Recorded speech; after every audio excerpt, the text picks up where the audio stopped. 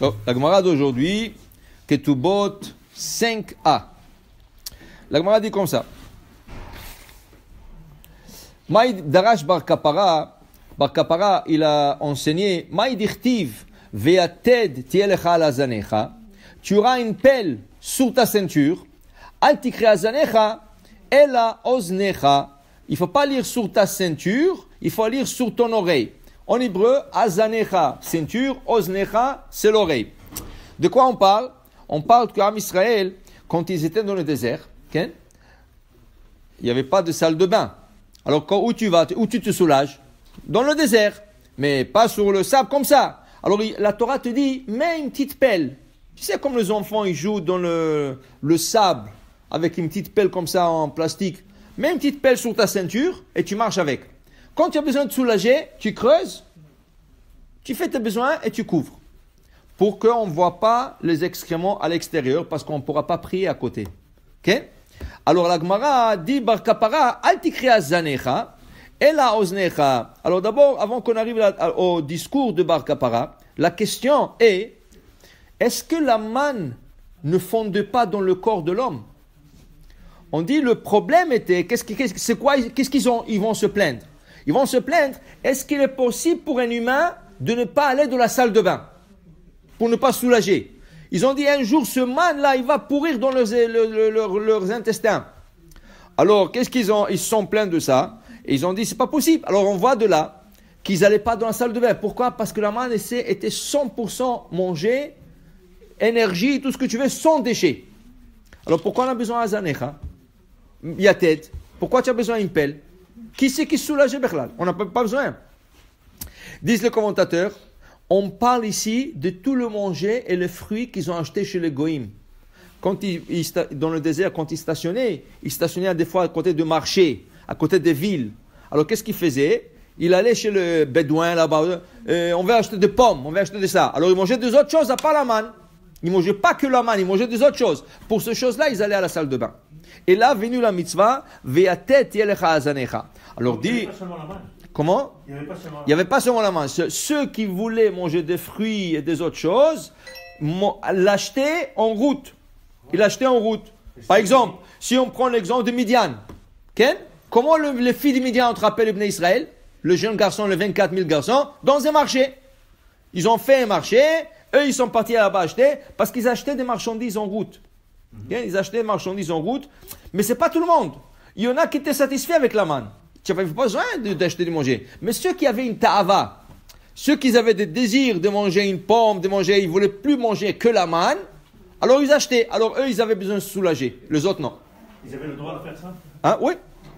Mais on n'avait pas dit que la manne était le seul manger. La manne, tu pouvais te goûter n'importe quoi. Mais eux, ils sont pleins qu'ils ne veulent pas rien goûter. Ils veulent voir ce qu'ils mangent.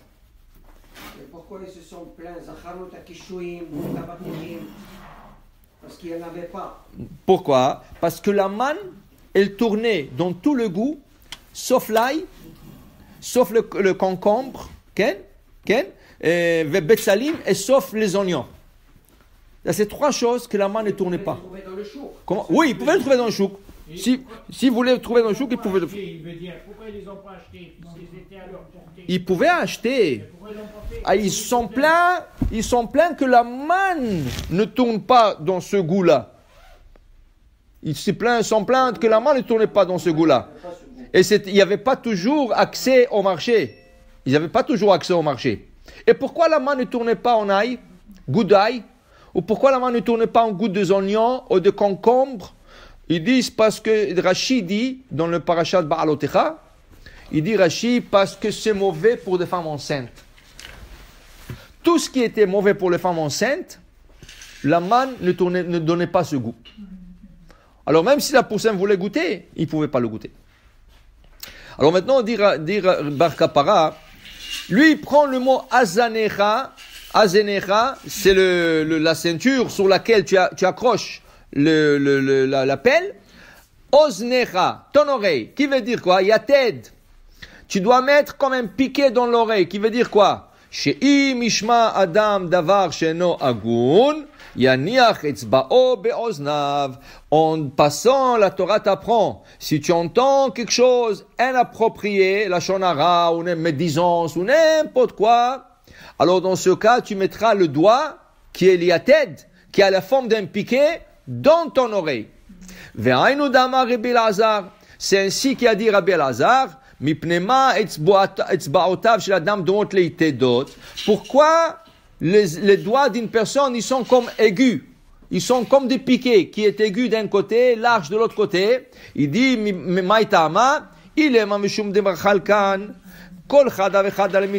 regarde d'abord, chaque doigt est différent.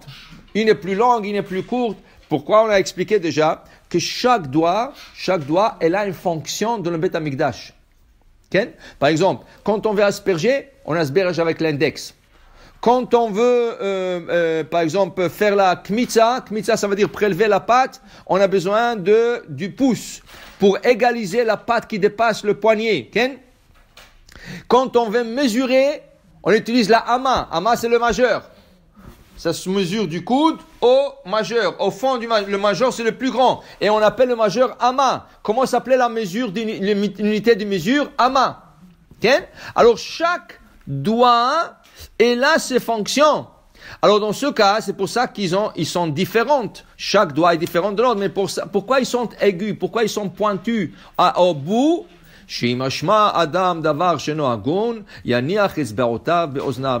cause vous voulez qu'ils rentrent dans l'oreille, qu'ils puissent rentrer dans le trou de l'oreille. Que si tu entends quelque chose qui n'est pas bien, qui n'est pas propice, la shonara ou toutes sortes de mauvaises choses, tu rentres le doigt dans l'oreille, tu le bloques.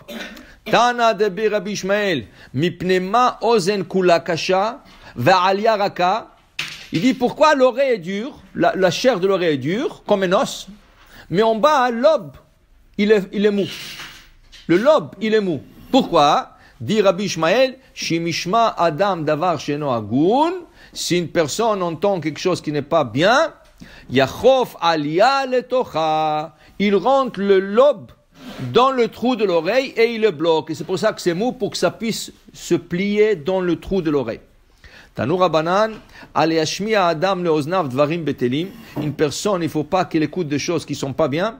Mipne shehem nichvot chila laivarim, car c'est les oreilles qui se brûlent en premier. Brûle, ça veut dire en façon de parler. Ça veut dire que les oreilles, c'est eux qui soufflent le premier. Alors, si tu entends quelque chose de pas bien, tout de suite, tu bloques tes oreilles, tu t'en vas de là-bas, tu ne veux pas écouter ce qui n'est pas apte.